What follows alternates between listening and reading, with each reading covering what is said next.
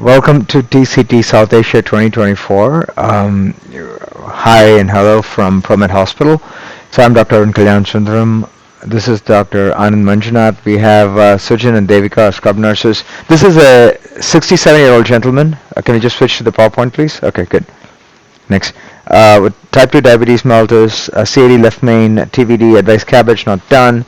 He had a big MI and basically had a reduction in EF. And then move on. Next, guys. Next. Okay. So, had a circ CTO, disease in the other vessels. Move on. Next. Yeah. So, right, LAD. As you can see, not great vessels. Move on. Next. Okay, just show the final results, please. Okay. LAD was basically treated with Rota and with image guidance.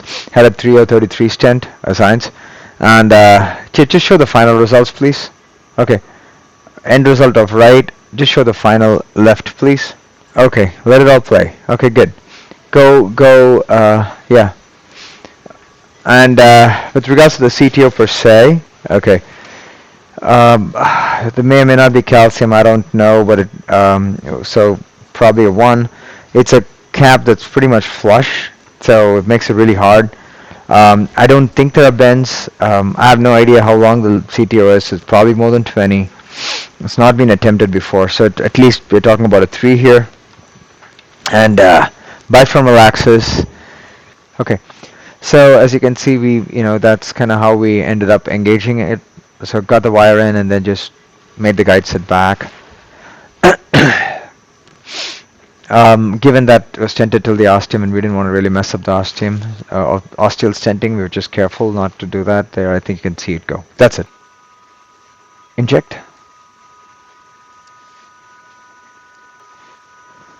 Just hoping to see if there's anything retrograde. Inject. Okay. I kind of see it fail. Okay. Okay. That's the target.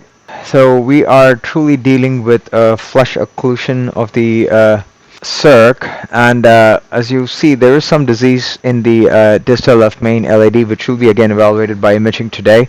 But the reason for not tackling that at that point was to kind of make sure I don't just jail it shut. So give me a dual lumen catheter. I'm going to start with an antegrade strategy here, try antegrade wire escalation. If it doesn't work, I'll probably try and do ADR if I can get into the architecture of the vessel. If that doesn't work, I got to really work on my retrograde options. Oh, also in the interest of safety, etc., we are using an egg nest system to minimize radiation. So I don't know what my reading is going to be. I have a reading on here, so I'll let you know at the end of the case as to what that is. But this is a system that basically reduces radiation. I think increasingly we have to emphasize on safety when it comes to CT or PCI, not just for us, for the patient, for for all the other staff in the cath lab, etc. And EGNES is one of those few devices or tools, gadgets in the market that can provide comprehensive radiation reduction for all people involved. The other ones, I think there's another startup. There's one called Rampart that's also available. So those are the key players. So this is the trapid balloon. Oh, the cine it. What the hell? You can kind of see it there, right? In the LAD guide, you see the radio opaque thing. That's your trapid balloon. So now we're going to the supercross. The supercross again is a wire with it's a catheter with a tip that's pre-shaped. There it comes. Okay, there. Good. You guys can kind of see that. It doesn't matter. Here, I'm going to use up some. Okay, save. Okay. So as you can see, truly is a blunt cap, almost ambiguous.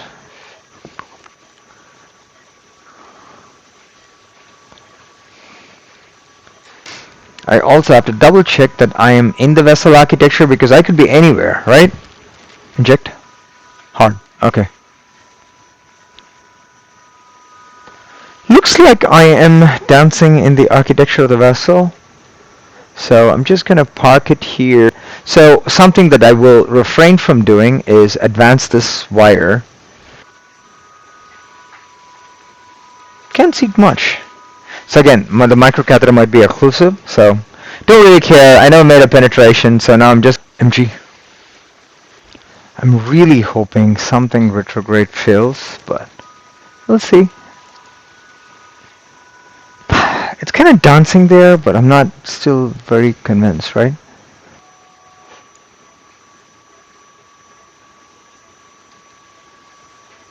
Okay, looks like one of the branches, right?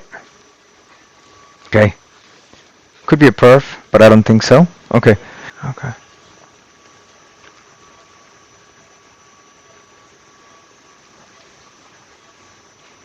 Okay.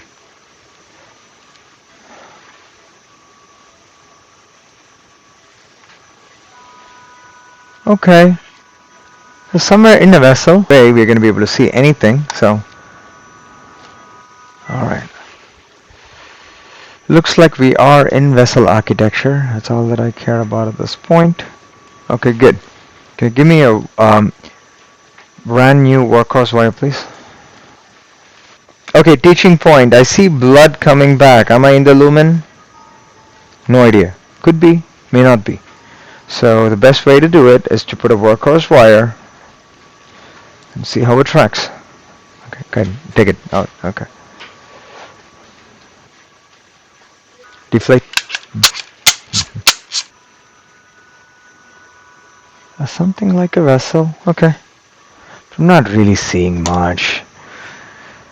Nothing I can read. Just bring him back. Live to fight another day. Inflate. Done a quick investment procedure. At least now we have sorted out. Dust settles. Bring him back to do another angiogram, perhaps in 6 to 8 weeks.